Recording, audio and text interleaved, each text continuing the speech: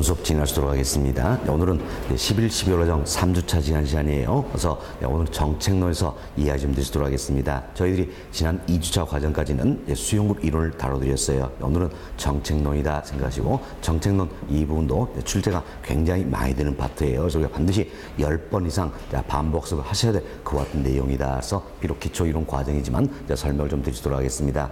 교재는 148페이지예요. 148페이지 펴놓으시고 편한 마음으로 한번 들어보시면 될 것 같습니다. 자, 여기 보세요. 여기선 자, 우리 인간들은 자, 지금 부동산을 대상으로 해서 끊임없는 행위를 가하고 있다는 겁니다. 지금 우리 인간들이 부동산을 대상으로 해서 행하는 행위가 있다. 이걸 가리켜서 우리가 부동산 활동이다. 이렇게 용어 정리를 했었지요. 결국 부동산 활동은 누구에서 이루어집니까? 우리 인간들에서 이루어진다는 겁니다. 그래서 활동의 주체는 인간이 되겠고, 부동산 활동은 뭘 대상으로 합니까? 부동산을 대상으로 한다는 것. 따라서 부동산 활동의 객체는 뭡니까? 부동산이다. 이렇게 생각하시면 되겠어요. 그럼 이 같은 부동산 활동이 올바르게만 이루어진다면 아무런 문제가 없을 거라는 이야기예요. 그러나 경우에 따라서는 올바르지 못한 활동이 이루어질 수가 있다는 이야기예요. 예를 들어서 투기다. 이처럼 올바르지 못한 활동이 이루어지더라. 그럼 지금 올바르지 못한 활동이 일어나면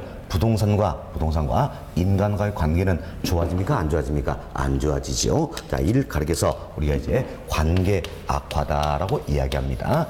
관계 악화다. 그럼 지금 부동산과 인간과의 관계가 악화됩니다. 악화되면 무슨 것 때문에 문제가 발생했다 할 수 있겠지요. 그래서 이를 가리켜서 우리가 부동산 문제다 이렇게 표현하는 겁니다.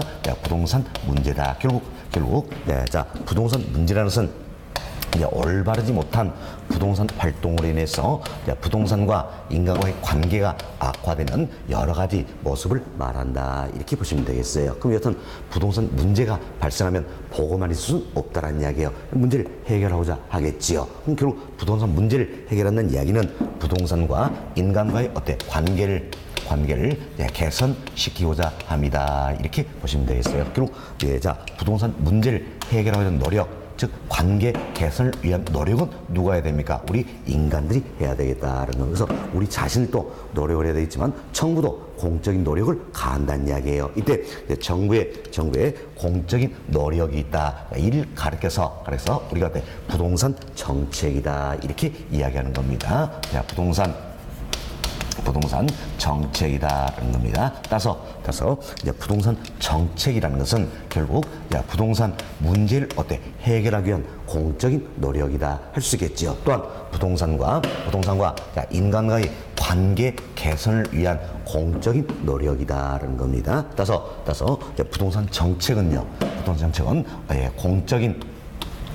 공적인 부동산 활동이다 할 수 있겠죠. 지금 공적인 활동이기 때문에 공익을 중시한다라는 겁니다. 그렇지만 공익을 해야지 않는 범위에 대해서는 사익도 존중이 되고 있다. 이렇게 보시면 돼서 공익을 중시하지만 공익을 해야지 않는 범위에서는 사익도 존중이 되고 있다. 이렇게 생각하시면 되겠습니다. 자, 그럼 이 같은 부동산 문제도 여러 가지가 있다라는 이야기예요. 예를 들지만 우리 가장 대표적으로 토지 문제, 주택 문제 이렇게 구별을 해볼 수가 있다는 겁니다. 그래서 부동산 문제도 토지 문제가 있고 주택 문제가 있다라는 겁니다. 물론 이외에도 거래소 문란 문제 등등 여러 가지 있어요. 그러나 가장 대표적인 건 토지 문제, 주택 문제 이렇게 구별을 해볼 수가 있더라. 그럼 이것은 토지 문제를 해결하기 위한 공적인 노력이 바로 뭡니까? 토지 정책이 된다. 이렇게 보시면 되겠어요. 자, 다음은 주택 문제를 해결하기 위한 공적인 노력이 바로 뭡니까? 주택 정책이다 할 수 있겠죠. 또한 토지 문제, 주택 문제를 해결하기 위해서 조세 정책도 활용이 되고 있다는 겁니다. 참 정부의 대표적인 부동산 정책에는 크게 우리 세 가지로 설명을 드리는데 뭐가 있습니까? 토지 정책이라는 게 있고 주택 정책 그리고 조세 정책 등이 있다. 이렇게 보시면 돼요. 그럼 이 같은 정책들은 각종 법령을 근거로 해서 시행이 되고 있다는 겁니다. 우리가 법령 이렇게 표현인데 여기는 뭐가 있습니까? 뭐 법률도 있고 시행령도 있고 규칙도 있고 여러 가지 지침들도 있겠죠. 이것은 각종 법령을 근거로 해서 시행이 되고 있다 이렇게 생각하시면 되겠어요. 그래서 우리가 부동산 정책론이다 여기서 결국은 구체적으로 다루게 될 건 뭡니까? 토지 정책, 주택 정책, 조세 정책 이와 같은 부분들이다 이렇게 생각하시면 되겠어요. 물론 이와 같은 구체적인 정책들을 다루기 앞서서 왜 정부가 부동산 정책을 시행할 것인가 여기서부터 우리한테 출발을 좀 해야 되겠지요. 그래서 이제 하나씩 또 이야기 드리도록 하겠습니다. 자, 먼저 정부가 부동산 시장에 개입하는 이유가 있다는 이야기예요. 자, 부동산 시장에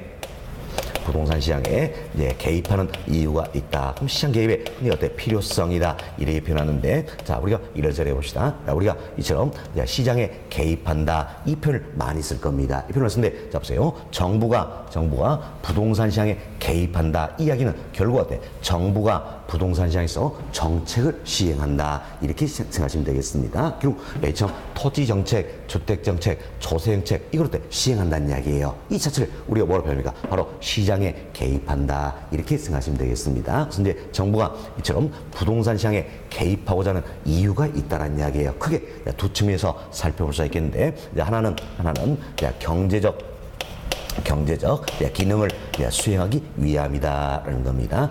또 하나는 정치적 기능을 수행하기 위함이다라는 겁니다. 참 정부는 경제적 기능을 수행하고 또한 정치적 기능을 수행하기 위해서 부동산 시장에 개입을 하게 된다는 겁니다. 결국 정책을 시행한다 이렇게 보시면 되겠습니다. 밑에 경제적 기능을 수행한다는 이야기는 시장의 실패 현상이라는 게 있습니다. 참 시장의 실패 현상을 수정하기 위함이다 이렇게 보시면 되겠습니다. 그럼 우리 먼저 이제 용어부터 정리해야 되겠죠. 여기 보세요. 시장의 실패 현상이다 이게 있습니다. 자, 여기서부터 용어 정리 좀 해놓으셔야 되겠는데 굉장히 중요한 부분이에요. 자, 여기 보기 바랍니다. 자 이제 시장의 실패 현상이다라는 게 있습니다. 자, 이건 뭐를 이야기하신가? 시장이 있다는 이야기예요. 그럼 시장이 있으면 시장기구 스스로가 자원의 최적 배분을 달성시킬 수 있어야 하는 이야기예요. 참 시장 스스로 자원의 최적 배분을 달성시켜 준다면 시장이 제 역할, 제 기능을 다하고 있다 할 수 있겠지요. 그러나 경우에 따라서는 어떤 이유로 인해서 시장기 스스로가 자원의 최적 배분을 달성하는데 실패하더라는 이야기예요. 그럼 자원의 최적 배분을 달성하지 못한다면 시장이 제 기능, 제 역할을 다한다 할 수 있어요, 없어요? 없잖아요. 그럼 시장이 지금 제 역할을 다하지 못하기 때문에 시장은 성공했습니까? 실패했습니까? 실패했다 할 수 있겠지요. 지금 시장이 스스로 자원의 최적 배분을 달성하지 못한다는 이야기예요. 자, 이와 같은 현상을 뭐라 합니까? 시장의 실패다 이렇게 이야기하는 겁니다. 시장의 실패. 우리 좀 더 쉽게 예를 하나 들어볼 수 있도록 하겠습니다. 아주 쉽게 이렇게 생각하세요. 우리 부동산 시장이다. 대표적으로 시멘트 한번 생각을 한번 해봅시다. 시멘트. 자, 그럼 벌써 이제 이 시멘트가 하루에 사회적으로 100만 포가 필요하더란 이야기예요. 그럼 하루에 100만 포 필요할 때 시멘트를 생산 회사에서 하루에 어떻습니까? 하루에 100만 포를 생산을 해주면 수요와 공급이 일치하게 되겠지요. 그럼 자원의 최적 배분은 달성된다 할 수 있겠지요.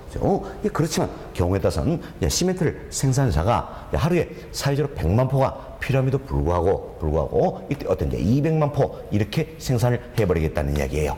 200만 포 생산을 한다는 이야기. 그럼 잡으세요. 사회적으로 하루에 얼마 필요합니까? 100만 포.